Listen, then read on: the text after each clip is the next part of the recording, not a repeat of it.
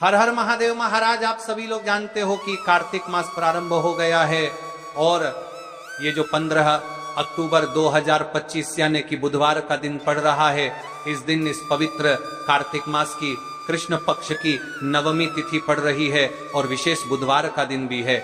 मतलब ये कार्तिक मास का बुधवार की नवमी है। आप सभी को पता है कि कार्तिक मास का कितना बड़ा महत्व होता है और बुधवार की नवमी का तो सबसे बड़ा महत्व है। इस दिन किया जाने वाला ये एकमात्र उपाय आपके भाग्य को बदल सकता है।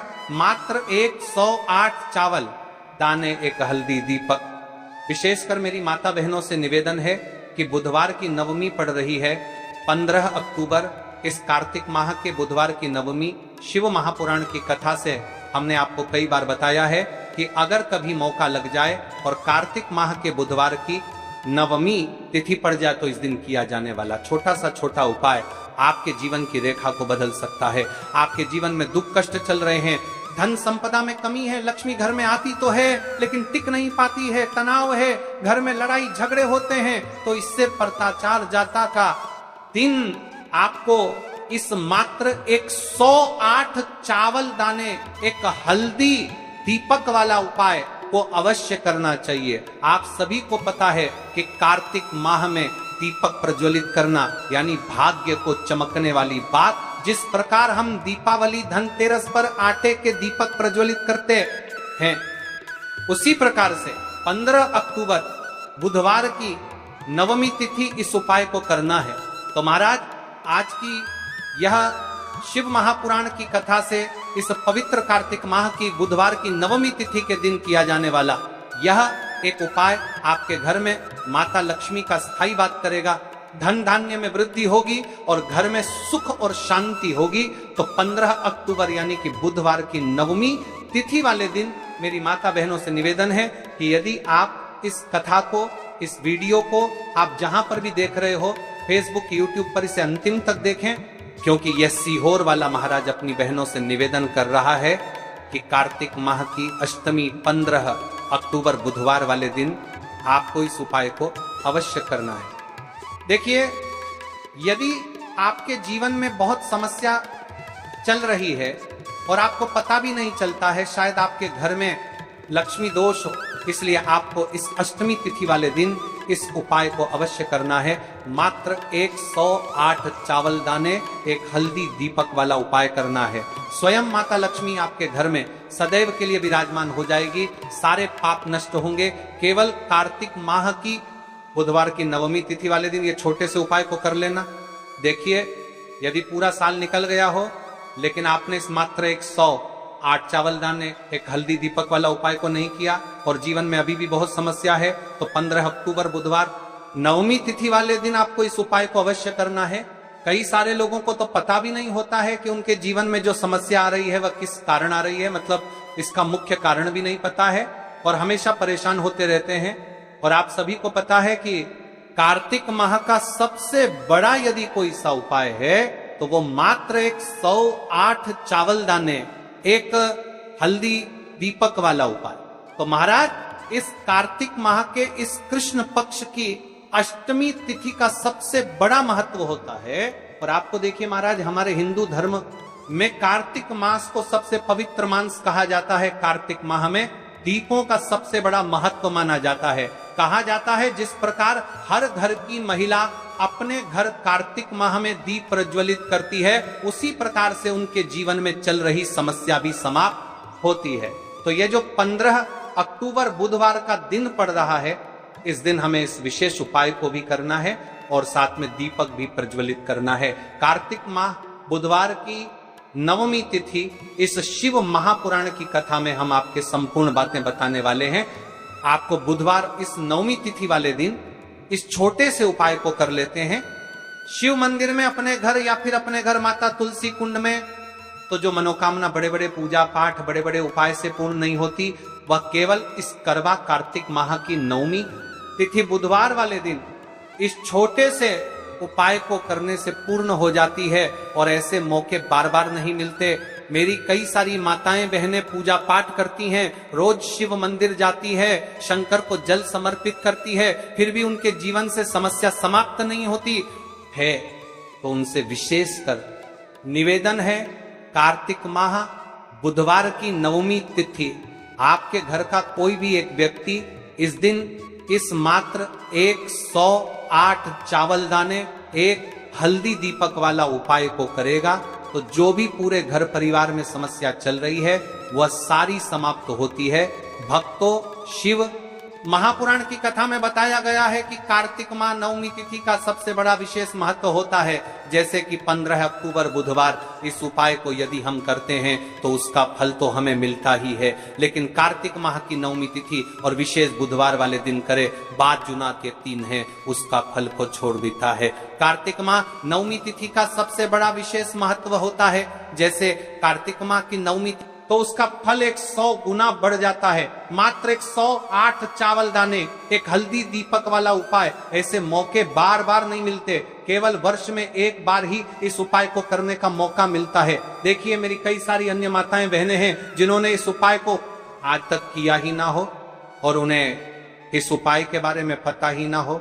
तो देखिए, आज की इस कथा से हम आपको जो उपाय बता रहे हैं उस उपाय को इस कार्तिक माह की नवमी तिथि बुधवार वाले दिन आपको इस उपाय को अवश्य करना है, क्योंकि यह उपाय केवल विशेष तिथि पर और विशेष पावन पर्व पर ही किए जाते हैं। और देखिए, यदि इस उपाय को आपका घर का कोई एक व्यक्ति भी कर लेता है तो महाराज जी पूरे घर परिवार में चल रही समस्या साथ में समाप्त होती है। सबसे पहले आपको हम इस उपाय का महत्व बता देते हैं। एक चुटकी हल्दी दीपक घर में माता लक्ष्मी का स्थायी वास करती है, क्योंकि यह हल्दी समर्पण वाला उपाय है।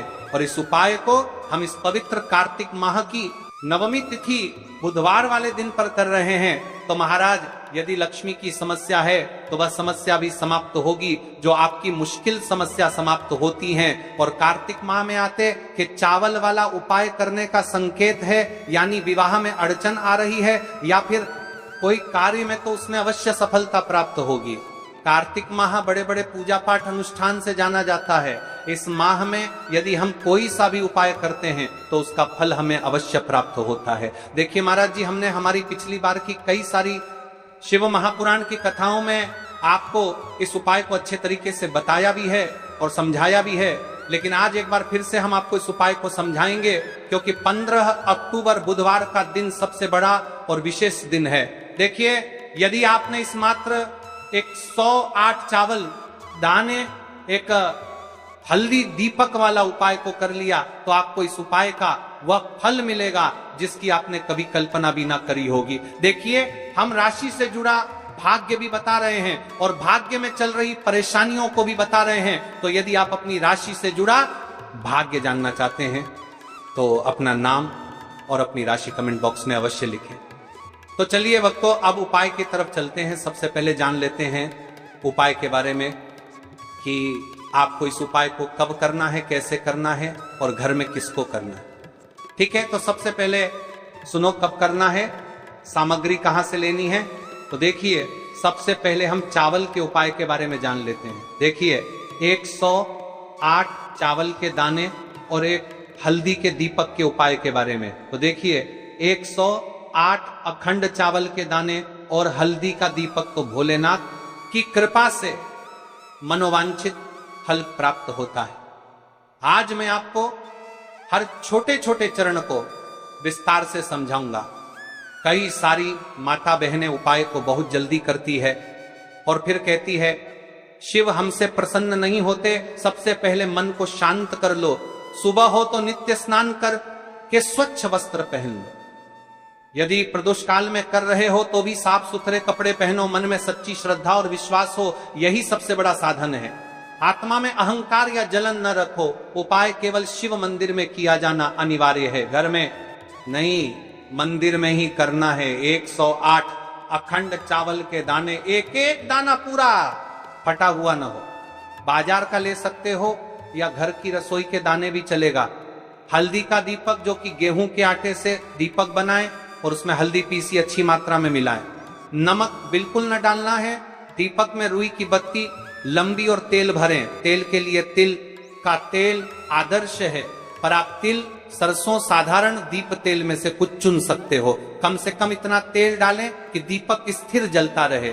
हमें इस उपाय को यदि सुबह के समय कर रहे हैं तो आपको एक लोटा शुद्ध जल शिवलिंग पर जलाभिषेक के लिए लेकर के जाना है।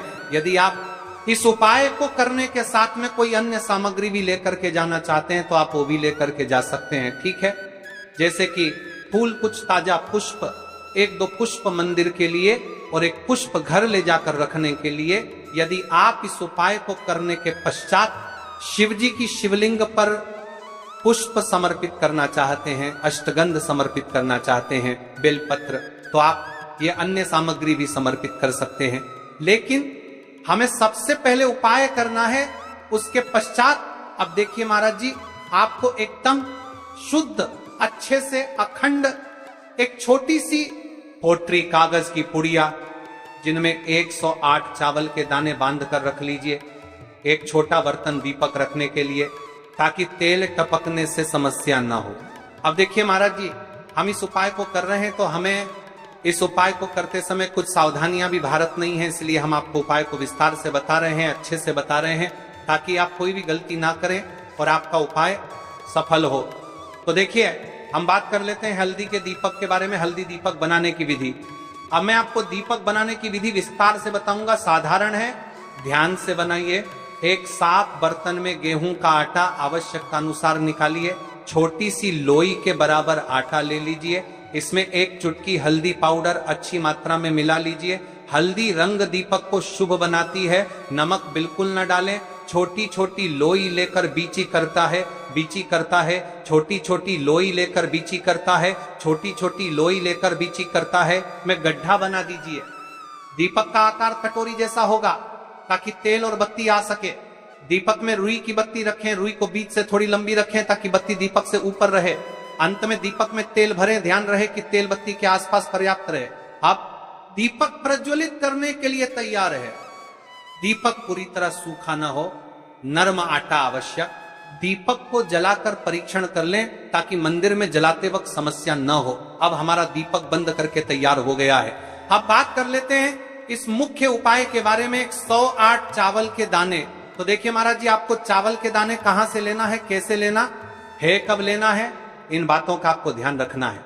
तो देखिए, बहुत से लोग पूछते हैं क्या घर का चावल चलेगा या बाजार का, किस तरह का चावल लेना चाहिए। मैं स्पष्ट कहता हूं, घर का सामान्य चावल या बाजार का कोई भी पूरा दाना चलेगा, पर एक शर्त, 108 दाने अखंड व पूरा होना चाहिए, दाने फटे हुए ना हो।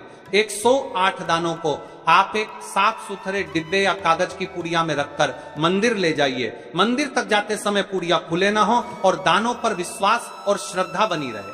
अब देखिए, हमारे चावल के दाने भी तैयार हो गए और हमारा दीपक भी तैयार हो गया। अब बात कर लेते हैं कि इस उपाय को करने का सबसे उत्तम समय कौन सा है, यानी किस समय हमें इस उपाय को करना है, प्रदोष काल का समय या सुबह का समय। देखिए महाराज जी, जैसा कई भक्त पूछते हैं कब किया जाए, मैं 2 विशेष समय बताता हूं।